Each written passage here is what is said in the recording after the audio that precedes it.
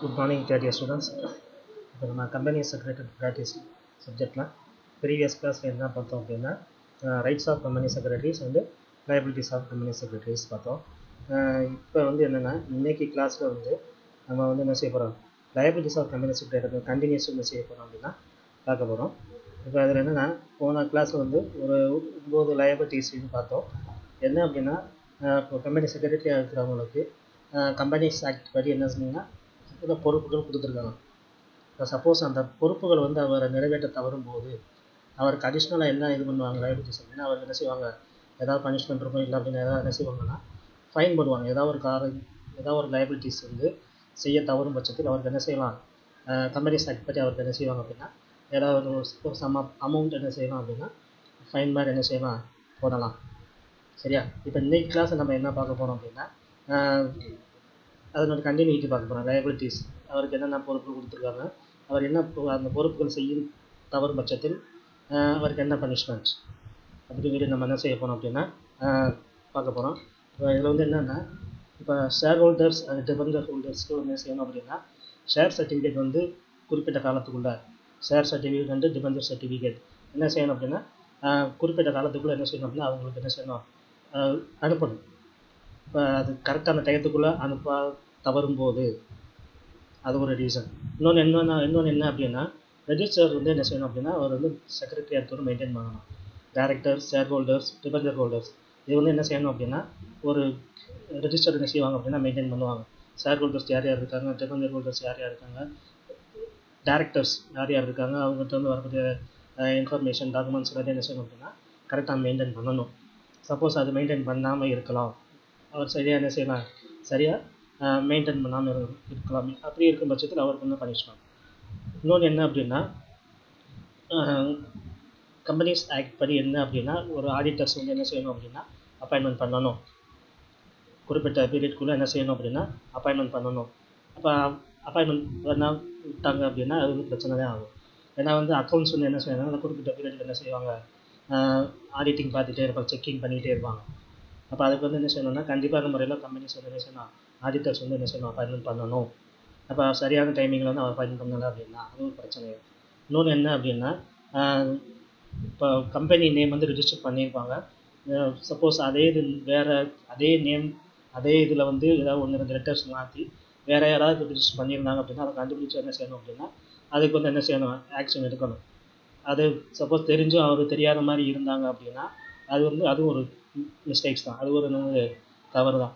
என்ன அப்படின்னா அது வந்து என்ன செய்யணும், ஒரு 2 monthsக்குள்ளே என்ன செய்யணும் அப்படின்னா அதை சரி பண்ணுறது பார்க்கணும். அது தவறும் பட்சத்தில் அதுக்கு உண்டான பனிஷ்மெண்ட் இருக்கும்.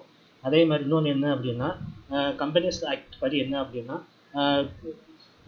ரிஜிஸ்டார்ட் என்ன செய்யணும் அப்படின்னா ஃபைல் பண்ண வேண்டிய டாக்குமெண்ட்ஸ் என்ன செய்யணும், கண்டிப்பான முறையில் ஃபைல் பண்ணி ஆகணும். சப்போஸ் அதுவும் ஃபைல் பண்ண தவறுனாங்க அப்படின்னா அதுக்கு உண்டான என்ன ஆகும், ஃபைன் என்ன செய்வாங்க அப்படின்னா குறிப்பிட்ட பேருக்கு என்ன செய்யணும், கொடுக்கணும், ஃபைல் பண்ணணும். அதனால் அப்படின்னா அதுக்கு உண்டான பனிஷ்மெண்ட் இருக்கும்.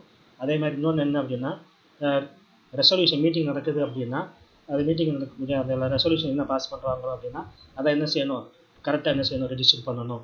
என்னென்ன பேசுகிறாங்க அப்படிங்கிறத என்ன செய்யணும், செக்ரட்டரிங்கிறத தான் என்ன செய்யணும், ரெஜிஸ்டர் பண்ணணும். சும்மா அதை ரெஜிஸ்டர் பண்ண தவறும்போது அதுக்கு உண்டான பனிஷ்மெண்ட் இருக்கும். அதே மாதிரி கம்பெனி முத்திரைகள் வந்து என்ன செய்யணும் அப்படின்னா கரெக்டான இதுக்கு என்ன செய்யணும், பயன்படுத்தணும். சப்போஸ் அதை வந்து என்ன செய்யலாம் மிஸ்யூஸ் பண்ணாங்க அப்படின்னா அதுக்கு உண்டான இதுக்கு என்ன அவர் பனிஷ்மெண்ட் கொடுப்பாங்க. அதுக்கு ஃபைன் ஏதாவது என்ன செய்வாங்க, அந்த தவறு நடந்துச்சு அப்படின்னா ஃபைன் கண்டிப்பாக என்ன செய்யும் இருக்கும். அதே மாதிரி இப்போ ஷேர் வாரண்ட்ஸ் கொடுக்குறாங்க அப்படின்னா அது என்ன செய்யணும் அப்படின்னா அது வந்து என்ன செய்யணும், கண்டிப்பான முறையில் என்ட்ரிஸ் வந்து என்ன செய்யணும், ரெஜிஸ்டர் பண்ணணும், பதிஞ்சு வச்சுருக்கணும். இப்போ அதுவும் பண்ணலை அப்படின்னா அதுக்கு ஒரு பனிஷ்மெண்ட் இருக்கும். அதே மாதிரி இன்னொன்று என்ன அப்படின்னா அப்பாயின்மெண்ட்ஸ் ஆஃப் ஆடிட்டர்ஸ். இப்போ அதில் வந்து என்ன அப்படின்னா தணிக்கையாளர் வந்து என்ன செய்யணும், ஆடிட்டருங்கிறது என்ன சொல்லுவாங்க தணிக்கையாளர், அவர் அப்பாயின்மெண்ட் பண்ணுறாங்க. அதே மாதிரி அதுக்கு அறிக்கைகள் ரிப்போர்ட்ஸ் என்ன செய்வாங்க அப்படின்னா எவ்ரி இயர் என்ன செய்வாங்க ஆடிட்டர்ஸ் வந்து ரிப்போர்ட் கொடுப்பாங்க. அதை வந்து என்ன செய்யணும், அதை ரெடி பண்ணணும். அதை வந்து தவறும் பட்சத்தில் அதுக்கு ஒரு பனிஷ்மெண்ட் இருக்கும். அதே மாதிரி இன்கம் டேக்ஸ் ஆக்ட் 1961 கரெக்டாக என்ன செய்யணும் அப்படின்னா இன்கம் டேக்ஸ் கட்டணும். இப்போ கால்குலேட் பண்ணுறாங்க அப்படின்னா எவ்வளோ வருமானத்துக்கு கால்குலேட் பண்ணுறாங்க அப்படின்னா அப்போ அதற்கு என்ன செய்வாங்கன்னா இன்கம் டேக்ஸ் வந்து என்ன செய்யணும் வரும். நம்ம அது அந்த இன்கத்துக்கு என்ன செய்யணும், வரக்கூடிய இன்கத்துக்கு நம்ம இன்கம் டேக்ஸ் கட்ட வேண்டியிருக்கும். அதையும் வந்து என்ன செய்யணும்னா டயத்துக்குள்ளே கட்டாமல் விட்டோம் அப்படின்னா அதுக்கு வந்து என்னது அவர் தான் பொறுப்பு. அது வந்து என்னது அவர் தான் கட்டணும். எவ்வளோ டேக்ஸ் வருது என்ன ஏதுன்னு சொல்லி பார்த்து என்னென்னா இந்த அட்வான்ஸ் டேக்ஸ்லாம் வரும். இந்த குறிப்பிட்ட பீரியட் 6 மாதத்துக்கு ஒருக்கா இந்த அட்வான்ஸ் டேக்ஸ்லாம் கட்டுவாங்க. 3 மாதத்துக்கு ஒருக்கா கட்டுவாங்க. கட்டும்போது என்ன செய்யணும் அப்படின்னா கரெக்டாக கட்டியிருந்தாங்க அப்படின்னா கடைசியாக வரும்போது டேக்ஸ் எவ்வளோ வருதுன்னு சொல்லி பார்த்து மீதி எவ்வளோ கட்ட வந்திருக்கோ என்ன செய்யணும் கரெக்டான டைமிங்கில் என்ன செய்யணும் கட்டினதுக்கு அவர் தான் என்ன செய்யறது முழு பொறுப்பு. அதே மாதிரி இன்னொன்று என்ன அப்படின்னா இந்திய முத்திரை சட்டத்தின் கீழ் எங்கெங்கெல்லாம் முத்திரைகள் தேவைப்படுமோ அதை என்ன செய்யணும் அதில் வந்து என்ன செய்யணும் கரெக்டான இதுக்கு என்ன செய்யணும் பயன்படுத்தணும். கம்பெனி முத்திரையை என்ன செய்யணும் பயன்படுத்தணும். சப்போஸ் அது முத்திரையை வந்து பயன்படுத்த தவறினால் அதற்கு உண்டான பனிஷ்மெண்ட் கண்டிப்பாக இருக்கும். இதுமே என்ன செய்வாங்க அப்படின்னா ஏதாவது கண்டிப்பாக என்ன செய்வாங்க ஏதாவது ஒன்று கண்டிப்பாக அந்த 20 மிஸ்டேக்ஸ் இப்போ 20 லைபிலிட்டிஸ் சொல்லியிருக்கோம்.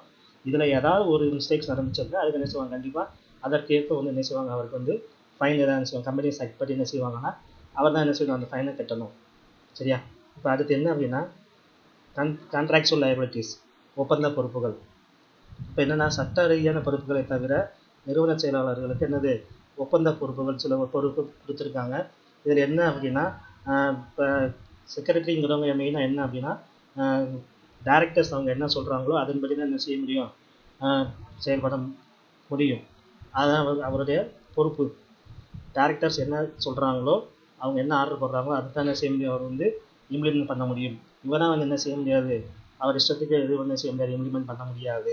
அதுக்கு வந்து என்னது அவர் தான் பொறுப்பு. அவர் வந்து என்ன அப்படின்னா நிறுவனத்தில் செக்ரட்டரியாக இருக்கார் அப்படின்னா அவருடைய கடமைகள் என்ன செஞ்சுருப்பாங்க அப்படின்னா ஒரு அக்ரிமெண்ட் மாதிரி போட்டிருப்பாங்க. அது வந்து என்ன செஞ்சுருப்பாங்க கரெக்டான முறையில் ஃபாலோ பண்ணணும். சர்வீஸ் அக்ரிமெண்ட் பணி ஒப்பந்தம் போட்டிருப்பாங்க.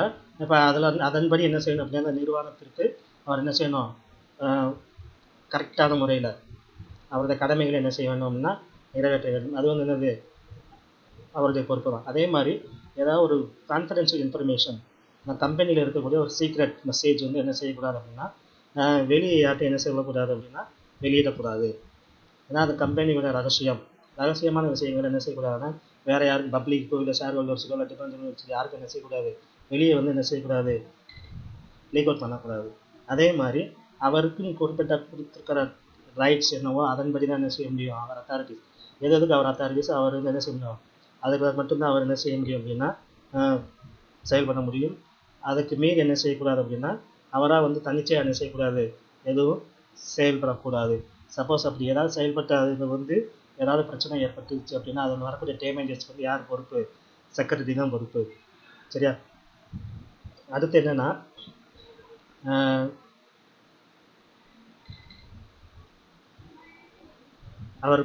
அவருக்குண்டான பணிகள் அவருக்கு டியூட்டிஸ் என்ன கொடுத்துருக்காங்களோ அதை வந்து என்ன செய்யணும் அப்படின்னா நேர்மையாக கொஞ்சம் என்ன செய்யணும் கவனமுடன் செயல்பட வேண்டும். ஏதாவது கேர்லெஸ் மிஸ்டேக் ஏதாவது விட்டாச்சு அப்படின்னா அதில் ஏதாவது பிரச்சனை வந்துச்சு அப்படின்னா அதுக்கு என்னது அவர் தான் பொறுப்பு. சரியா? அதே மாதிரி இன்னொன்று என்ன அப்படின்னா அவர் வந்து தெரிஞ்சே வந்து ஏதாவது தவறு செய்கிறார் அப்படின்னா தவறு செய்யும் பட்சத்தில் அவருக்கு வந்து என்னது ஏதாவது எவ்வளோ டேமேஜஸ் ஏற்பட்டிருக்கோ அது என்ன செய்யணும் ஃபுல் அண்ட் ஃபுல் என்ன செஞ்சாங்கன்னா அவர்கிட்ட தான் என்ன செய்வாங்க அதை அமௌண்ட் வந்து கலெக்ட் பண்ணுவாங்க. அவர் தான் அதுக்கு என்ன செய்யுது முழு பொறுப்பு. அதே மாதிரி இன்னொன்று என்ன அப்படின்னா ஏதாவது ஃப்ராடு பண்ணியிருக்காங்க அப்படின்னா இந்த நிறுவனத்தை ஏமாற்றும் நோக்கத்துடன் வந்து ஏதாவது ஏமாற்று வேலை பண்ணியிருக்காங்க அப்படின்னா அதுக்கு வந்து அது நிரூபிக்கப்பட்டால் அதற்கு அவர் என்ன செய்யணும் அவர் தான் பொறுப்பேற்க வேண்டும். இதெல்லாம் வந்து அவர் முதல்ல என்ன செஞ்சிருவாங்கன்னா ஒரு லைபிலிட்டிஸ் அவருக்கு வந்து என்ன செய்யறாங்க ஃபிக்ஸ் பண்ணிடுறாங்க. ஒரு கான்ட்ராக்ட் மாதிரி என்ன செய்கிறாங்க இது பண்ணி வச்சுறாங்க. இது பூராமே என்ன செய்யணும் அவர் தான் பொறுப்பேற்க வேண்டும். சரியா? இப்போ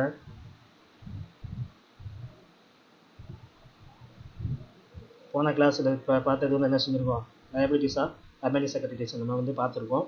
அடுத்த கிளாஸ் நம்ம என்ன பார்க்க போகிறோம்னா secretarial duties relating to maintenance of register of மெம்பரோட டீட்டெயில்ஸ் எல்லாமே என்ன செய்யணும் அப்படின்னா மெயின்டெனன்ஸ் பண்ண வேண்டியது அவருடைய டியூட்டிஸ். ஷேர் ஹோல்டர்ஸ் இருக்காங்க அப்படின்னா அவங்களுடைய ரிகார்ட்ஸ் யார் யாருக்கு ஷேர் எவ்வளோ கொடுத்துருக்கோம் அப்படிங்கிறது என்ன செய்யணும் கண்டிப்பான முறையில் ஒவ்வொரு தனிப்பட்ட நபருக்கும் என்ன செய்யணும் ரிஜிஸ்டர் வந்து என்ன செய்யணும் மெயின்டைன் பண்ணணும். இப்போ அவர் பேர் என்ன அவருடைய அட்ரஸ் என்ன அவருக்கு ஷேர் எவ்வளோ கொடுத்துருக்கோம் அவர் காலம் வந்து எவ்வளோ கட்டியிருக்காரு என்ன ஏதுங்கிற எல்லா டீட்டெயில்ஸுமே என்ன செய்யணும் அவருக்கு வந்து சப்போஸ் கடைஸ் அப்புறம் டிவிடெண்ட்லாம் கொடுப்பாங்க. இப்போ அதெல்லாம் என்ன செஞ்சுருப்பாங்க அப்படின்னா அந்த இதில் நோட்டில் என்ன செய்யணும், அந்த ரிஜிஸ்டரில் என்ன செய்யணும், மெயின்டைன் அவர் ரெக்கார்ட்ஸ் வந்து என்ன செய்யணும், கண்டிப்பான முறையில் மெயின்டைன் பண்ணணும். இது வந்து அவருடைய டியூட்டிஸ். அதை தான் நம்ம என்ன செய்ய போகிறோம் அப்படின்னா அடுத்த கிளாஸில் பார்க்க போகிறோம்.